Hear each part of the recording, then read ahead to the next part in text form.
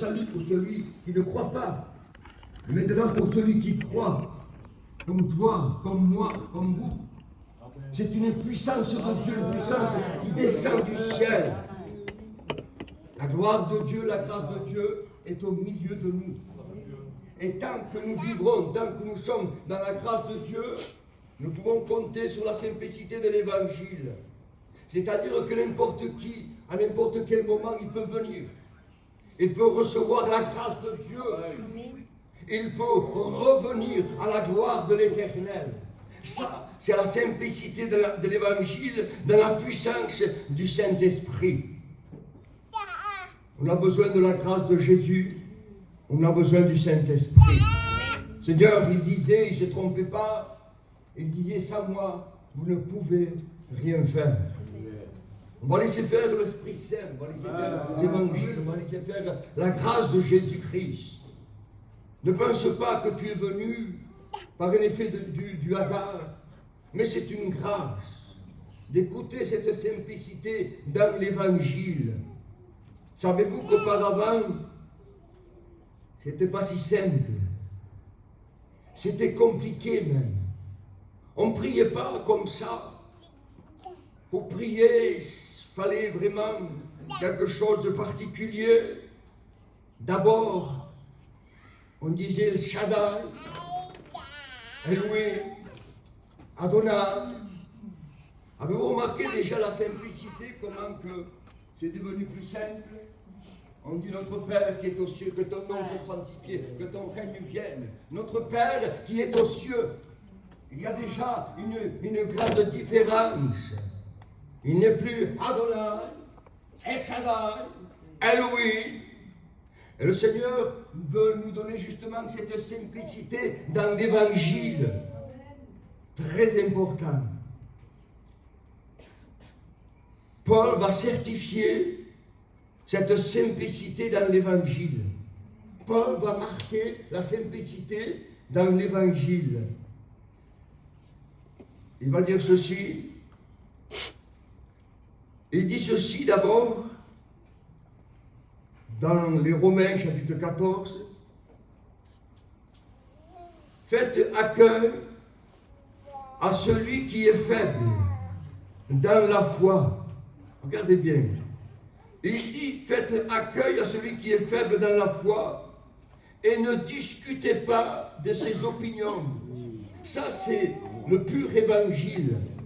Faites accueil à celui qui est faible et ne discutez pas de ses opinions. Tel croit pouvoir manger de tout, l'autre qui est plus faible ne mange que des légumes. Celui qui ne mange pas ne méprise pas celui qui mange. Et bien souvent, écoutez-moi bien, dans l'église, bien souvent, il y a des polémiques.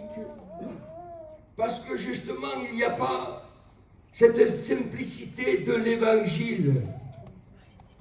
Et bien souvent, il se lève dans l'église des polémiques parce que un tel veut faire d'une façon, un autre veut faire d'une autre façon. Mais quand on regarde bien, et quand on examine bien, c'est tellement simple. C'est tellement simple. Il y a des personnes qui disent, moi j'y vais pas. Savez-vous pourquoi? Parce qu'ils se disent, c'est trop compliqué pour moi. Et quand on regarde selon la loi, il est certain que c'est trop difficile. Si on regarde selon la loi, c'est trop compliqué. Mais le Seigneur vous invite dans la simplicité de regarder à l'évangile de la grâce. Notez bien ce que je dis. Je ne dis pas l'évangile de la loi, elle n'existe pas. L'évangile de la loi n'existe pas. Il y a l'évangile de la grâce, où nous trouvons la grâce de Jésus. Et cet évangile a été simplifié justement pour justement que celui qui se trouve dans la difficulté puisse accepter de venir à Jésus-Christ, dans la simplicité de l'évangile. Plus vous allez compliquer, et plus ce sera difficile. Plus vous allez simplifier les choses de Dieu. Avez-vous remarqué comment on fait pour prier? Ce n'est pas compliqué de prier. On dit c'est dur, on dit le Shaddai. En réalité, c'est simple la prière. C'est simple comme l'évangile. Quand on prie, dites notre Père qui est aux cieux, que ton nom soit sanctifié. On sanctifie le nom de Jésus. Amen. Quand on prie, c'est simple. On dit on prie au nom de Jésus-Christ. On demande la simplicité parce que l'évangile, c'est simple. Amen. Et le Seigneur, écoutez-moi bien, il a abaissé le niveau. Il s'est abaissé à notre niveau justement, jusqu'à seul point qu'on puisse accepter l'évangile et que nous puissions être sauvés. Amen. L'évangile de la grâce. Verset 13. Il dit, ne nous jugeons pas les uns des autres, mais pensez plutôt de ne rien faire qui soit une pierre d'achoppement ou une occasion de chute. Si pour un aliment ton frère est attristé, alors tu ne marches pas selon l'amour. Si pour un aliment ton frère, tu attristes ton frère, il dit alors tu ne marches pas selon l'amour. Vous comprenez? C'est tellement important de vivre et de marcher selon l'amour de Dieu. Et le pur évangile, quand on regarde bien profondément, le pur évangile, ce qui touche la pureté de l'évangile, c'est quoi? Ça se trouve dans un verset que tous les évangélistes citent. Ça se trouve dans l'évangile de Jean, chapitre 3 et verset 16. On dira, mais c'est trop simple ça. C'est trop simple. Dieu a tellement aimé. Qu'est-ce que c'est qui a poussé Dieu à venir du ciel à la terre? Qu'est-ce que c'est qui a poussé Jésus à venir sur la terre et mourir sur la croix comme un brigand? Qu'est-ce que c'est si ce n'est son amour? Et le texte clé de la simplicité de l'évangile, c'est ça. Dieu a tellement aimé. Sachez une chose, c'est que Dieu t'aime.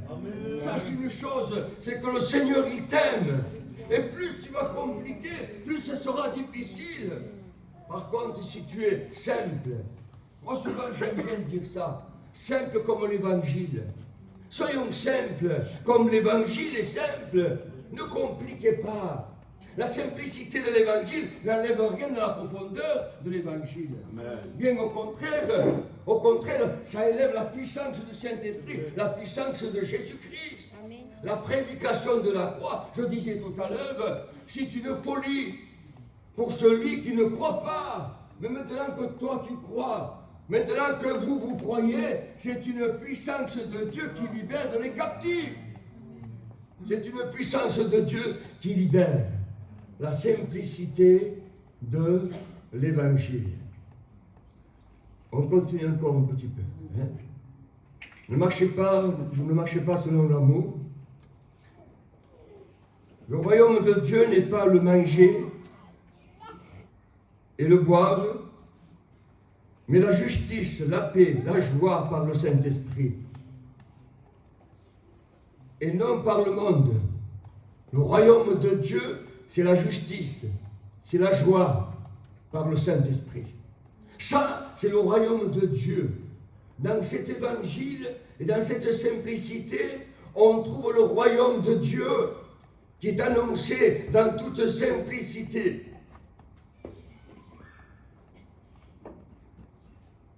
Celui qui sert Christ, parce que quand même, c'est un appel au service du Christ. Celui qui sert Christ de cette manière est agréable à Dieu et approuvé des hommes. Pourtant, il est agréable à Dieu quand on sert Dieu dans la simplicité. Il est agréable, tu deviens agréable à Dieu et tu es approuvé des hommes. Tu as vu, quand quelqu'un est simple, on dit maintenant quel bon frère. Si tu vois la simplicité, tu as vu la soeur, qu'est-ce qu'elle est simple. On peut aller chez elle, puis elle nous offre du café, dans la simplicité. C'est la simplicité. Elle est approuvée de Dieu. La simplicité est approuvée de Dieu. Mais maintenant, quand quelqu'un est compliqué, quand quelqu'un complique les choses, quand quelqu'un fait des difficultés, alors là c'est difficile. Ce n'est plus dans l'évangile, ce n'est plus dans la simplicité de l'évangile. Et la Bible dit que nous devons être semblables à l'évangile. Nous sommes appelés, quand on vient à Jésus, à avoir cette simplicité. D'ailleurs, je vous dis, quelqu'un qui est compliqué, ce sera difficile d'accepter la grâce de Dieu, parce qu'il est tellement compliqué, lui, qu'il a du mal à accepter la grâce de Dieu. Vous comprenez? Puisque l'évangile nous demande d'être simples. Soyez simples. Et dans la simplicité, on trouve l'évangile. Dans l'évangile, on trouve la simplicité au nom du Seigneur Jésus-Christ. Regardez bien ce qu'il dit, le même verset, verset 22. Cette foi que tu as, merci Seigneur, Paul il dit, cette foi que tu as, eh bien, garde-la pour toi, devant Dieu. Tu n'as pas besoin d'étaler. Vous comprenez? On n'a pas besoin de s'étaler. La foi que tu as, eh bien, garde-la pour toi. N'étale rien. On n'a rien à étaler. Parce que Dieu, il sait tout. Savez-vous, avant même que je respire, avant même que je pense, Dieu sait. Dieu sait. Et Dieu, il connaît toutes choses. Et quand on sait remettre par l'Esprit, dans la simplicité de l'Évangile, quand on sait remettre nos vies, quand on sait remettre par l'Évangile, quand on sait remettre toutes choses dans les mains de Dieu, alors croyez-moi qu'il nous tire de certaines choses. Il nous enlève de certaines choses. Il est le Dieu de la grâce, le Dieu de la miséricorde. Je fais une petite parenthèse. Je me souviens là, ce matin, j'ai dû aller à Lunel pour prêcher la parole de Dieu. Et au bout d'un moment, j'ai prié, puis je me suis endormi.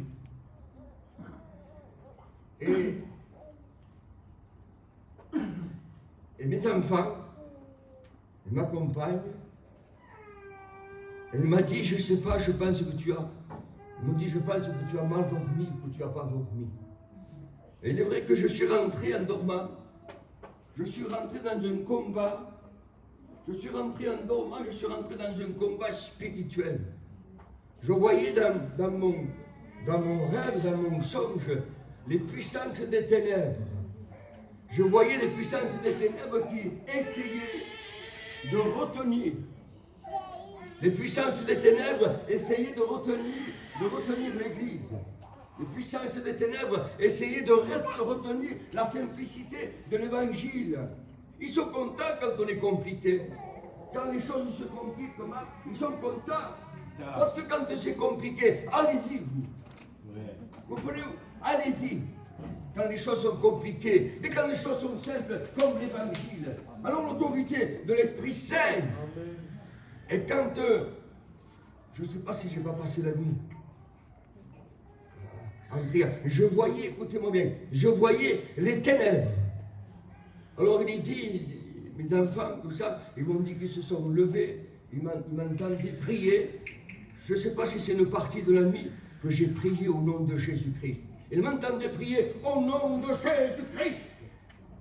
Une partie de la nuit. Au nom de Jésus, je te lis. Satan, je te lis. Je t'ordonne de reculer. Une partie de la nuit, j'ai combattu dans la prière.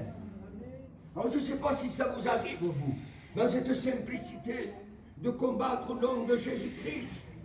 Trop souvent, vous dites, Yahweh.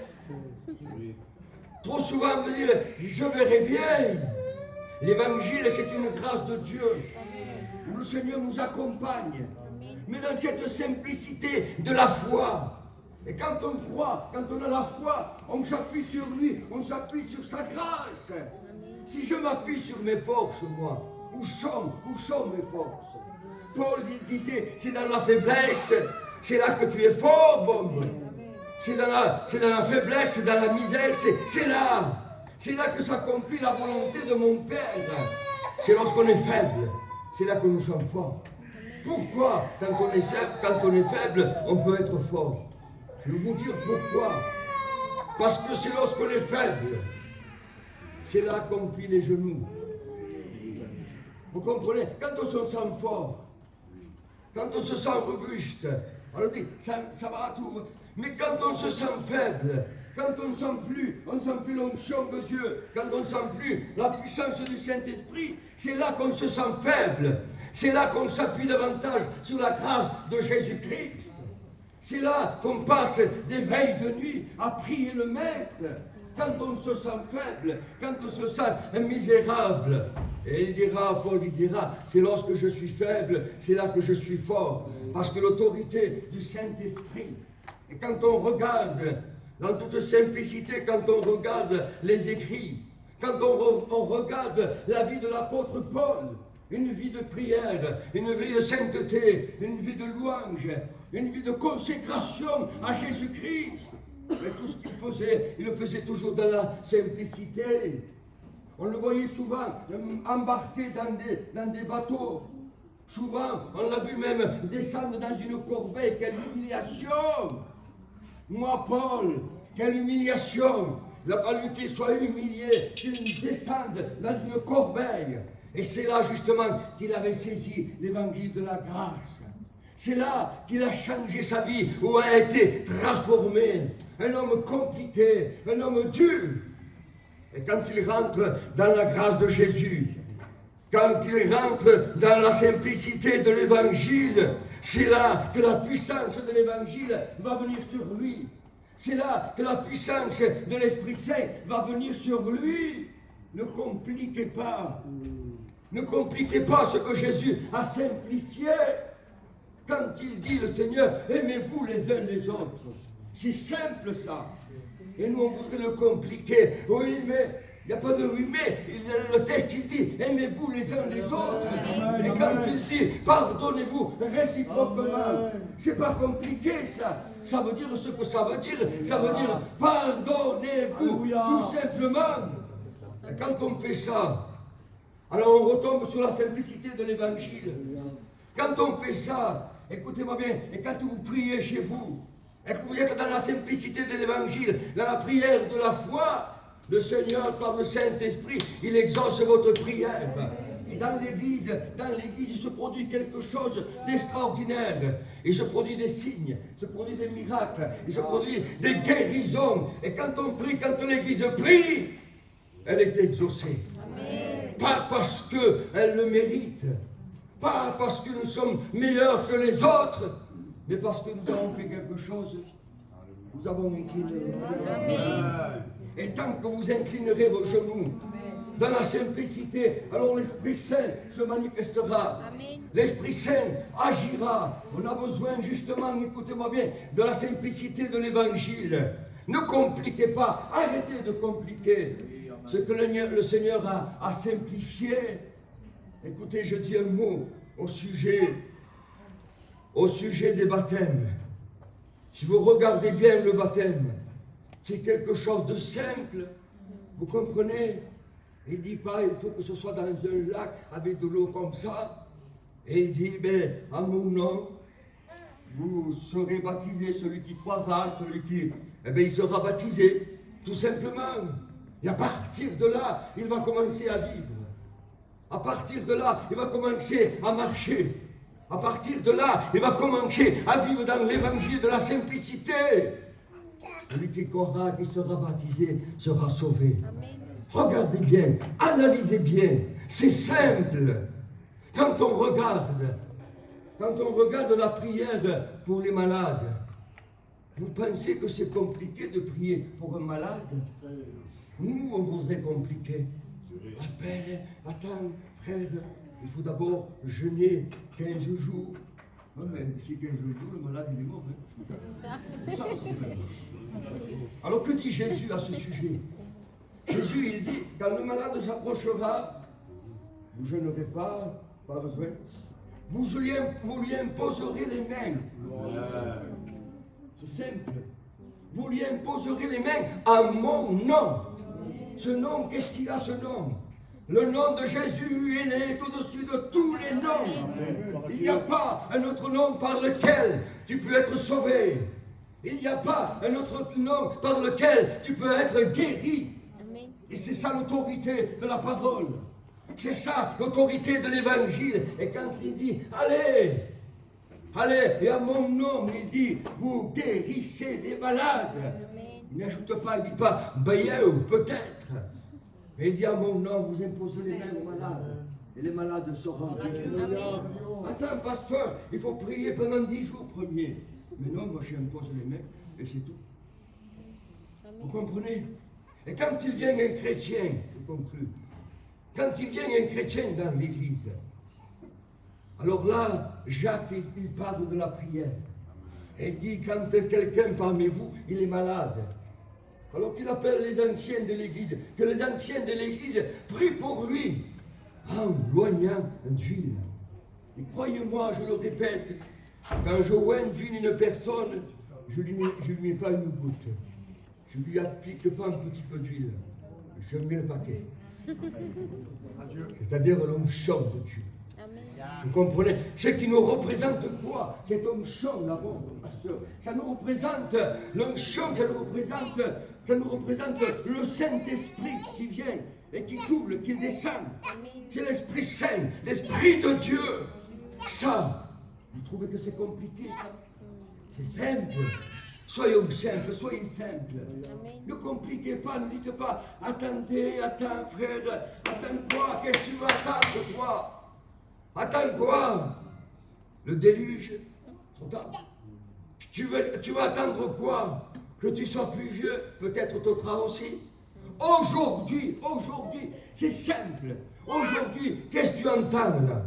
Tu dis, mais je le connais, c'est le bombe là. Oui, mon connaissou, c'est vrai. Oui, mais à travers ma voix, c'est la voix du Saint-Esprit qui te dit aujourd'hui, tu entends sa voix, n'endurcis pas. Ce qui voudrait dire, ne complique pas. Ne te complique pas. Laisse faire la puissance du Saint-Esprit. Celui qui croira, tu crois. Celui qui sera baptisé sera sauvé. Amen. Maintenant, regardons, tournons la page. Mais celui qui ne croira pas, il sera condamné. Donc il vaut mieux croire. Dans la simplicité, oui, je crois, je viens, je viens tel que je suis. N'essaie surtout pas de te maquiller.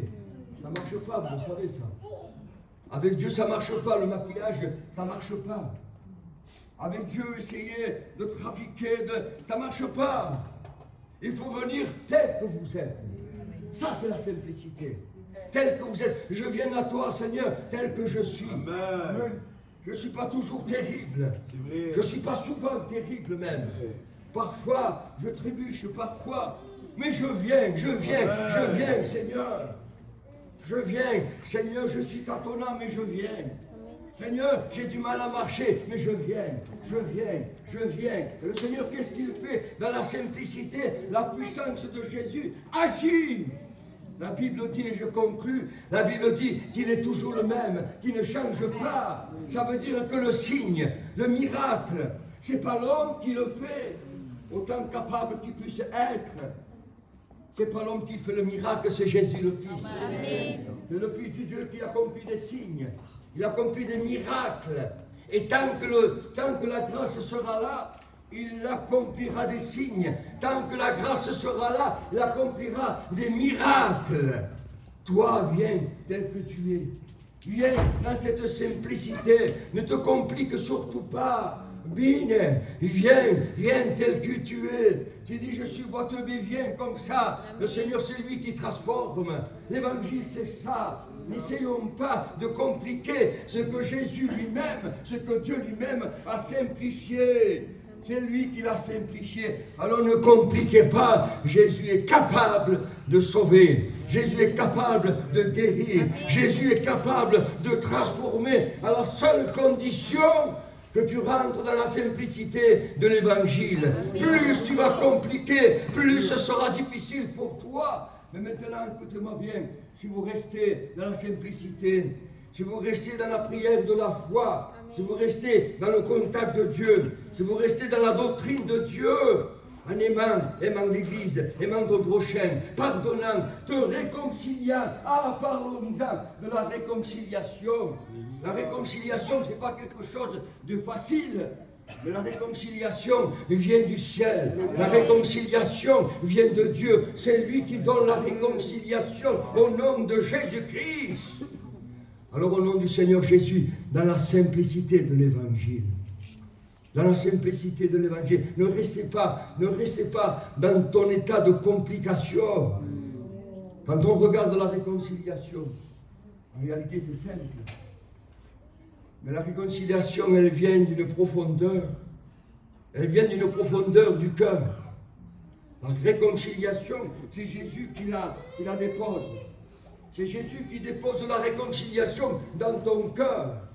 Et quand tu vas vers la personne, c'est pour te réconcilier. Et c'est pour te réconcilier avec quoi? Avec ton savoir, avec ta tête, te réconcilier avec ton cœur. Et à partir de là, ça marche. À partir de là, l'onction. À partir de là, tu es béni. À partir de là, tu sens que le salut de Dieu est rentré. Et quand tu pries, tout change. Tout change pour toi. Quand tu pries, tu ressens que c'est l'onction de Dieu. Tu ressens l'onction de Dieu. Et avant, cette rancune que tu avais, pas possible, je l'aime. Amen. Pas possible, oh oui, je l'aime. C'est mon frère, c'est ma soeur. Et chose extraordinaire, ça c'est un miracle qui ne se trouve pas à l'extérieur.